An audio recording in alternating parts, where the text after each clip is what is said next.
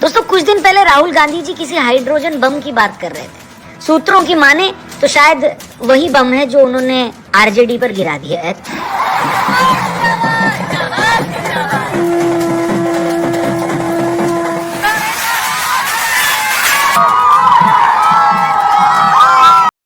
बिहार के लोगों ने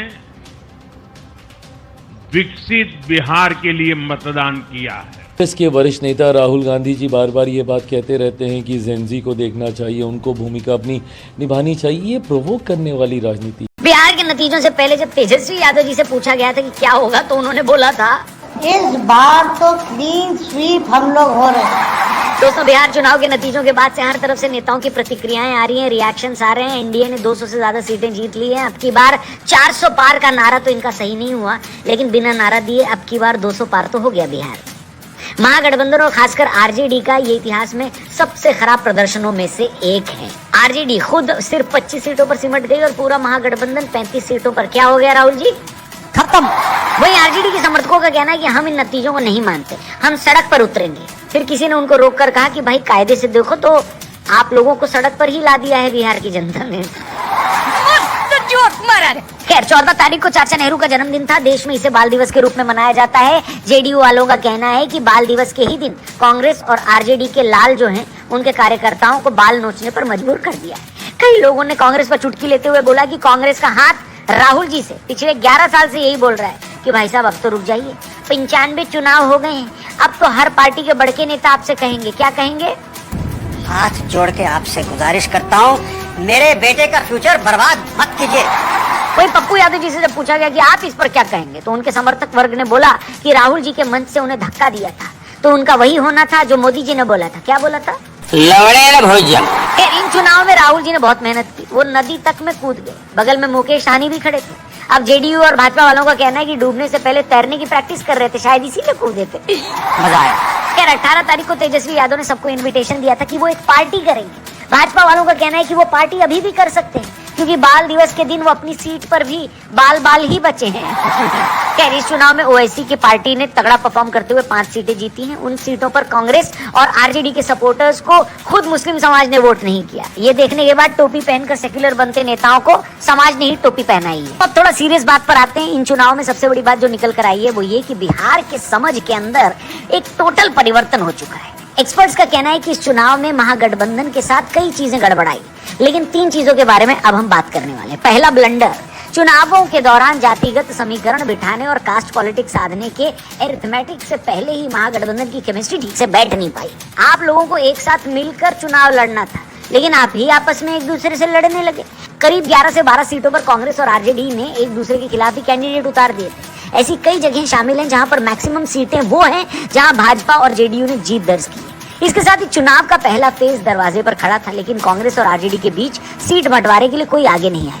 एंड में राजस्थान से अशोक गहलोत को आना पड़ा, तब जाकर मुकेश सहनी को डिप्टी सीएम और तेजस्वी को सीएम का नाम घोषित किया गया। उस समय तक कांग्रेस के किसी बड़े नेता ने तेजस्वी को खुले मन से मुख्यमंत्री का उम्मीदवार नहीं बनाया था और इसने ग्राउंड लेवल पर आरजेडी और कांग्रेस के कार्यकर्ताओं के बीच में एक बहुत बड़ी कंफ्यूजन खड़ी कर दी थी।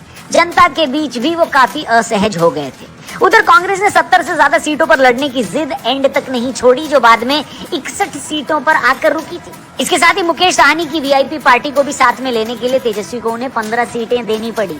इसने न सिर्फ आरजेडी को अपने पोटेंशियल से कम सीटों पर लड़ने के लिए मजबूर किया, बल्कि एक लंबे टाइम तक इस गठबंधन को भी कंफ्यूज रखा।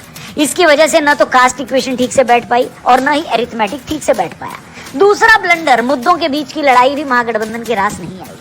एक लंबे टाइम तक राहुल गांधी ने यहाँ वोट चोरी और इलेक्शन कमीशन के खिलाफ अपनी रैलियां निकाली। तेजस्वी ने जमीनी और ठोस मुद्दों पर चुनाव लड़ा। इस वजह से अंदर की खबर थी कि तेजस्वी राहुल के साथ मंच शेयर करने में इतने सहज नहीं थे। इसके साथ ही राहुल गांधी के साथ उनकी इक्वेशन भी ठीक से नहीं बैठी।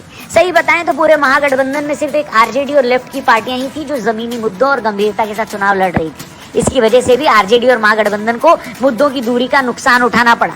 एक लेवल के बाद महागठबंधन ने राहुल गांधी को अकेला छोड़ दिया कि उन्हें जो भी करना है वो कर सकते हैं। वहीं तेजस्वी ने ताबड़तोड़ 158 रैलियां की। एक दिन के अंदर तेजस्वी की जितनी रैलियां होती थी, महागठबंधन की बाकी पार्टियां एक दिन में मिलकर भी उतनी रैलियां नहीं कर पाती थी। ये तेजस्वी का चुनाव था जिसे कांग्रेस की सुस्ती और मुद्दों की कंफ्यूजन ने डुबा दिया, ऐसा इनके समर्थक कह रहे हैं। तीसरा ब्लंडर, इस पूरे चुनाव के दौरान जिस जंगल राज का प्रचार किया गया, तेजस्वी कभी उस छवि से पार्टी को अपने बाहर नहीं निकाल पाए। हालांकि इसको कम करने के लिए प्रयास किया गया, लेकिन पूरी तरह ये कम नहीं हुआ। उन्होंने हर घर से एक सरकारी नौकरी देने का भी वादा किया, लेकिन लोग पूछने लगे कि इसके लिए बजट कहां से आएगा, ब्लूप्रिंट बताओ, तो इस पे भी कोई क्लैरिटी नहीं मिली। इसके बावजूद वो जंगल राज वाला मुद्दा इनका पीछा नहीं छोड़ पाए। आरजेडी के पोस्टर से लेकर आरजेडी के चुनाव प्रचार, कहीं भी लालू यादव की तस्वीर और नाम उतनी नहीं यूज की गई ताकि लोग उस छवि को भूल जाएं। खैर, एनडीए ने कभी इस छवि को भूलने भी नहीं दिया, बार बार बोला, खुद प्रधानमंत्री ने कई बार बोला। बिहार में 20 साल सत्ता में रहने के बाद भी भाजपा और जेडीयू ने इस मुद्दे को इतना भुनाया जिसकी काट अकेले तेजस्वी के पास नहीं थी। आरजेडी ने एक टाइम के बाद से इसका जवाब देना भी बंद कर दिया, लेकिन यहाँ कांग्रेस उठी और उसने इसका जवाब देना शुरू किया ताकि इस मुद्दे को बनाए रखा जाए। इसी बात का जिक्र पीएम मोदी ने भी अपनी स्पीच में किया कि कैसे आरजेडी की तरफ से कोई जवाब आए ना आए, लेकिन कांग्रेस तिल मिला जाती है। जब मैं जंगल राज की बात करता था तो आरजेडी के लोग कभी विरोध नहीं करते थे, लेकिन कांग्रेस वालों को बहुत चुभता था। पत्रकारों का कहना है कि इसके उलट एनडीए अपने नेताओं, कास्ट इक्वेशन, सीट डिस्ट्रीब्यूशन और मुद्दों को बहुत मजबूती से पकड़ी रही। और एनडीए की जीत में भी 3 सबसे बड़े फैक्टर थे। पहला, एनडीए ने अपने सभी कलेशों को भूलते हुए सिर्फ सही मुद्दों और सही सीट डिस्ट्रीब्यूशन पर ध्यान दिया। खुद अमित शाह ने 3 दिन बिहार में प्रवास करते हुए रात के 2-2 बजे तक मीटिंग ली। एलजेपी रामविलास पासवान ग्रुप से चिराग पासवान ने 29 सीटों पर लड़ने का प्लान बनाया था, वो इसमें पूरी तरह डटे भी रहे। इस एक विवाद को गहराने से रोकने के लिए न सिर्फ जेडीयू ने अपनी कुछ सीटों को कॉम्प्रोमाइज किया, बल्कि भाजपा ने भी अपने कोटे की सीटों को कॉम्प्रोमाइज किया। जहां नहीं हो सकता था वहां अपने उम्मीदवारों को एलजेपी के टिकट से खड़ा करा दिया। इसके साथ ही कुशवाहा, मांझी, ब्राह्मण, दलित, भूमिहार, पासवान, पिछड़ा, बाबुआन और अन्य पिछड़ा वर्ग को इक्वल रिप्रेजेंटेशन भी दिया। एनडीए के साथ एक प्लस पॉइंट ये भी था कि उसके कास्ट इक्वेशन, सीट एरिथमेटिक और राज्य की सरकार के अलावा उसके पास केंद्र में मोदी और स्टेट में नीतीश जैसे 2 बड़े चेहरे थे। भाजपा ने अपनी ओर से इस बात का ध्यान रखा कि कहीं से भी जेडीयू या नीतीश कुमार इस बात के लिए न सोचें कि चुनाव के बाद उनकी सीएम की कुर्सी रहेगी भी या नहीं। अमित शाह का खुद ये कहना है कि सीएम की कुर्सी के लिए वैकेंसी नहीं है। ये बताता है कि भाजपा इस बात से अवगत थी कि आरजेडी और महागठबंधन जेडीयू की इसी इनसिक्योरिटी का फायदा उठाना चाहेगी। ये सारी चीजें अगर कलेक्टिवली देखी जाएं, जमा करके देखी जाएं, तो एनडीए का जो पूरा गठबंधन है वो एक टीम बनकर लड़ा और स्ट्राइक किया। बल्कि वहीं दूसरी ओर महागठबंधन के साथ ऐसा बिल्कुल भी नहीं था। खैर, एनडीए की जीत में दूसरा फैक्टर क्या था? राज्य में सरकार होने के कारण नीतीश कुमार के पास गिनाने के लिए अपनी कई सारी अचीवमेंट्स थी। महिला वोटर्स की बात तो सब कर रहे हैं, लेकिन कोई इस बात को नहीं देख रहा है कि नीतीश बाबू ने इस पूरे चुनाव लगातार इतनी उम्र होने के बावजूद अपनी रैलियों को रोड शो में बदल दिया।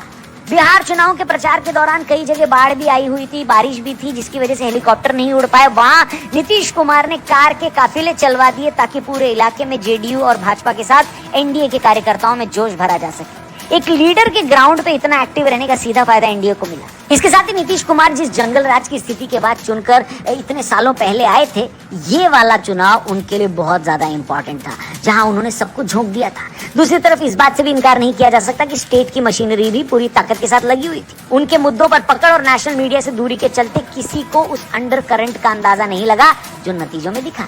तीसरा फैक्टर, बहुत कम ऐसा होता है दोस्तों कि किसी पार्टी के लिए उसके सहयोगी ही उसकी सबसे बड़ी ताकत बन जाए।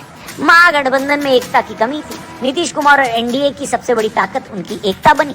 जिस तरह से जमीनी स्तर पर महागठबंधन और खासकर आरजेडी के कार्यकर्ता अपना दबदबा दिखाने लगे, जैसे जैसे गाने बनने लगे और जैसे जैसे गुंडागर्दी चलने लगी, उनको देखकर लोगों में इस बात का भरोसा हो गया कि भाई जंगल राज होता क्या।